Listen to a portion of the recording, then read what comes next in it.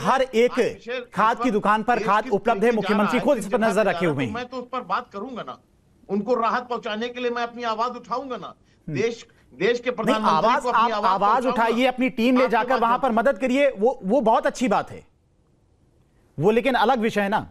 अभी अखिलेश यादव ने जो यूपी के किसानों को लेकर कमेंट किया, उस पर चर्चा करना है। बीजेपी जब से आई है तब से पीडीए की बलि चढ़ रही है। ठीक है, एसके दुबे जी भी हमारे साथ जुड़ गए। जो बड़े फैसले लिए गए किसानों के लिए रख दीजिए, उसके बाद चर्चा को आगे बढ़ाते हैं। कांग्रेस पार्टी की जब सरकार थी तो सबसे पहले राहुल जी ने एक बात रखी थी, जब प्रधानमंत्री मनमोहन सिंह जी थे उनसे उन्होंने ये बात चर्चा में लाई कि किसानों का कर्ज माफ हो जाए, और उन्होंने कर्ज माफ किया। आज पूरे देश में आप कहीं भी इस चीज को आपको भी पता है इस बारे में कि अगर किसानों का कर्ज माफ हुआ था तो कांग्रेस पार्टी की सरकार में माफ हुआ था। दूसरी चीज, बीजेपी जो किसानों की हितैषी बन रही, अरे वो अन्नदाता है। आपने 700 किसानों को शहीद किया है, उनके सीनों पे गोली मारी है। आपकी बीजेपी कहां किस मुंह से बात करना चाहती है?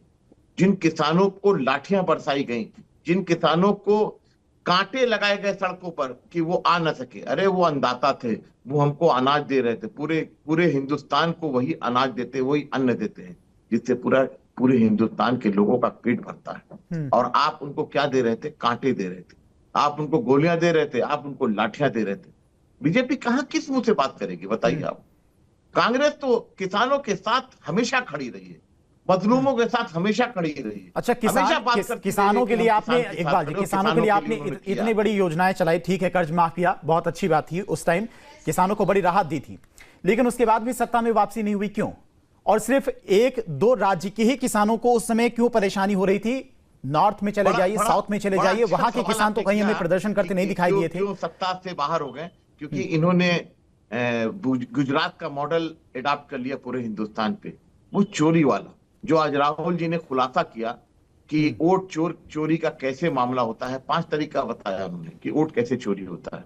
आज देश को हर एक बच्चा, तो जिन राज्यों में कांग्रेस की सरकार बन गई वहां पे कैसे बन गई अगर वोट चोरी हो रही है? अलग टॉपिक हो जाएगा वैसे, लेकिन जवाब दे दीजिए। कैसे वोट चोरी करके सरकार बनाती है और कैसे विधायक और सरकार चोरी करती है? ठीक है, गौरव मिश्रा जी जवाब, कमेंट, उसके बाद एसके जी आपके पास आएंगे।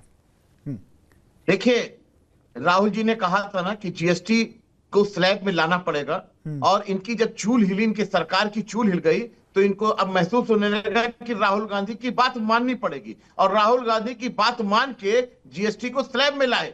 अब आप मान लीजिए कि राहुल गांधी जो बात कह रहे हैं और कहते हैं, इस सरकार को मानना पड़ता है और झुकना पड़ता है। इसलिए इससे पहले ही राहुल गांधी जो कहे उसकी बात को मान लेना चाहिए। आज जीएसटी में और तमाम उन्होंने जो बातें कही वो सच साबित हुई है, चाहे नोटबंदी हो, चाहे जीएसटी हो, चाहे सुनामी, आपकी कोरोना की सुनामी हो, ये सारी चीजें राहुल जी ने जो कहा। नहीं तो वही इकबाल जी वही तो कह रहे हैं गौरव जी कि राहुल जी की सारी बात मान ली जा रही है, उन्हें सत्ता में आने की जरूरत ही नहीं है, इलेक्शन हारे उससे कोई दिक्कत नहीं है उन्हें, यही इकबाल जी कह रहे हैं।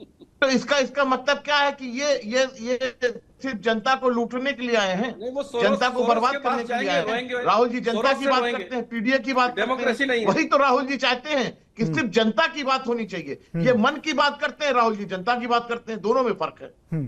ठीक है, एसके दुबे जी लास्ट को